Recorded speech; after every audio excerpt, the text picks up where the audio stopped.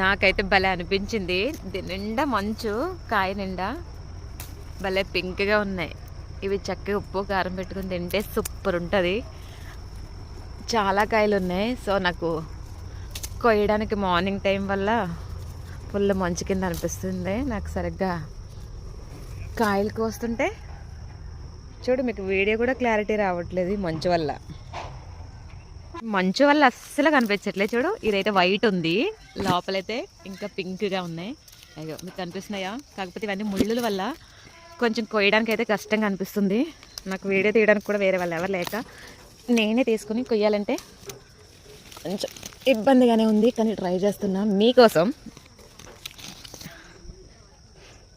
మంచు వల్ల అసలు క్లారిటీ రావట్లేదు. బాగున్నారా? ఇలా వాక్కాయలు చూపిస్తున్నా, అవి